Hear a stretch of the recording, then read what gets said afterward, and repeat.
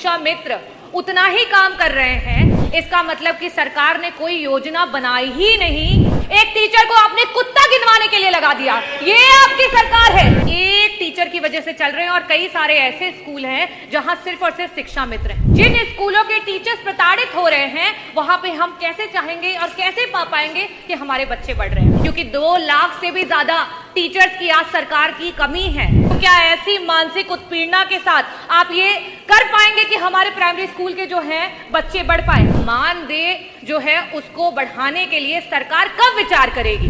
क्या सरकार उस टेट से उनको मुक्ति दिलाएगी? चौधरी चरण सिंह जी को नमन करती हूँ और मैं आभार व्यक्त करना चाहूंगी, आपने मुझे बेसिक शिक्षा मंत्री जी से प्रश्न पूछने का अवसर दिया। अध्यक्ष जी, मेरा प्रश्न जो था शिक्षा विभाग के पिछले किए हुए कृत्यों से जुड़ा हुआ था, क्योंकि अभी कुछ दिन पहले ये देखा गया कि विभाग के द्वारा कई सारे प्राइमरी स्कूलों को बंद किया गया मर्जर के नाम पर, और जब उसका कारण पूछा गया तो ये बताया गया कि उन स्कूलों में जो है बच्चों की संख्या कम है।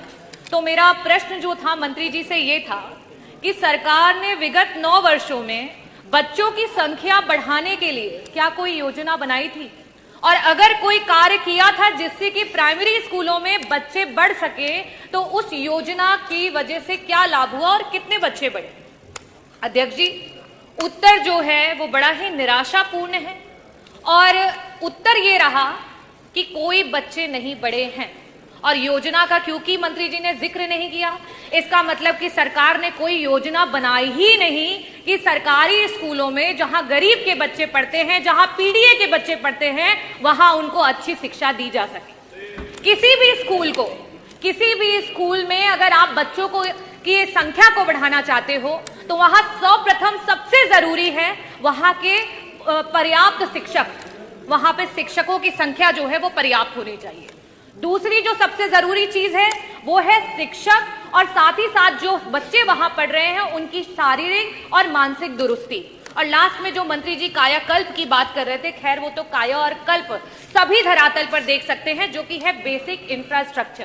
खैर एक बात को, बेसिक इंफ्रास्ट्रक्चर को कॉम्प्रोमाइज भी कर सकते हैं, लेकिन जिन स्कूलों में टीचर्स ही नहीं है, जिन स्कूलों के टीचर्स प्रताड़ित हो रहे हैं, वहां पे हम कैसे चाहेंगे और कैसे पा पाएंगे कि हमारे बच्चे बढ़ रहे हैं? मेरा पहला प्रश्न जो है मंत्री जी से यह है कि आज 9,508 ऐसे स्कूल हैं जो सिर्फ और सिर्फ एक टीचर की वजह से चल रहे हैं, और कई सारे ऐसे स्कूल हैं जहां सिर्फ और सिर्फ शिक्षा मित्र हैं।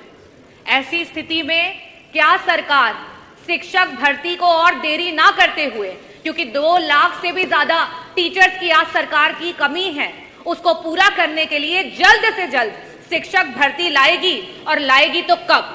और साथ ही साथ जो हमारे शिक्षा मित्र उतना ही काम कर रहे हैं और उनके पास जो है टेट क्वालिफाइड है, उनका समायोजन करने या उनका मानदेय जो है उसको बढ़ाने के लिए सरकार कब विचार करेगी?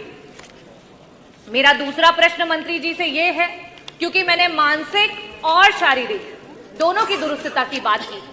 जो टीचर्स आज आपके बीएलओ बने पड़े हैं, जो टीचर आपके सर्वे कर रहे हैं, जो टीचर गणना कर रहे हैं, जो टीचर आपके मिड डे मील करवा रहे हैं, जो टीचर आपका अगर समूह का विवाह हो रहा है तो उसमें दुल्हन को ब्यूटी पार्लर लेकर के जा रहे हैं, और अलीगढ़ में तो हद मचा दी, एक टीचर को आपने कुत्ता गिनवाने के लिए लगा दिया, ये आपकी सरकार है। ये हम कहते हैं कि हमारा जो गुरु होता है, गुरु ब्रह्मा गुरु विष्णु, और आपने गुरु को कहां ला करके पटक दिया, ये आपकी सरकार है। मैं ये पूछना चाहती हूं, क्या ऐसी मानसिक उत्पीड़ना के साथ आप ये कर पाएंगे कि हमारे प्राइमरी स्कूल के जो हैं बच्चे बढ़ पाए? मेरा प्रश्न आपसे ये है कि अंतर जनपदीय आज 10-10 साल से टीचर्स बैठे हुए हैं, उनके ट्रांसफर्स नहीं हो पा रहे हैं।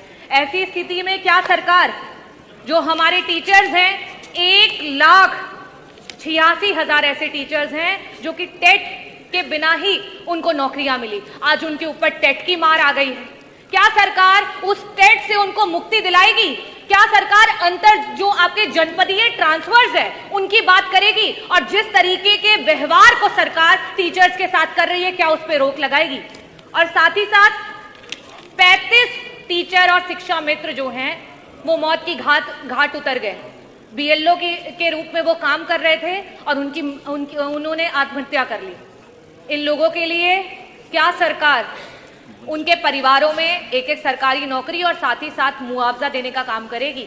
मैं बस इन 3 प्रश्नों के स्पष्ट उत्तर चाहूंगी कि सरकार अवश्य दे। बहुत बहुत धन्यवाद अध्यक्ष महोदय।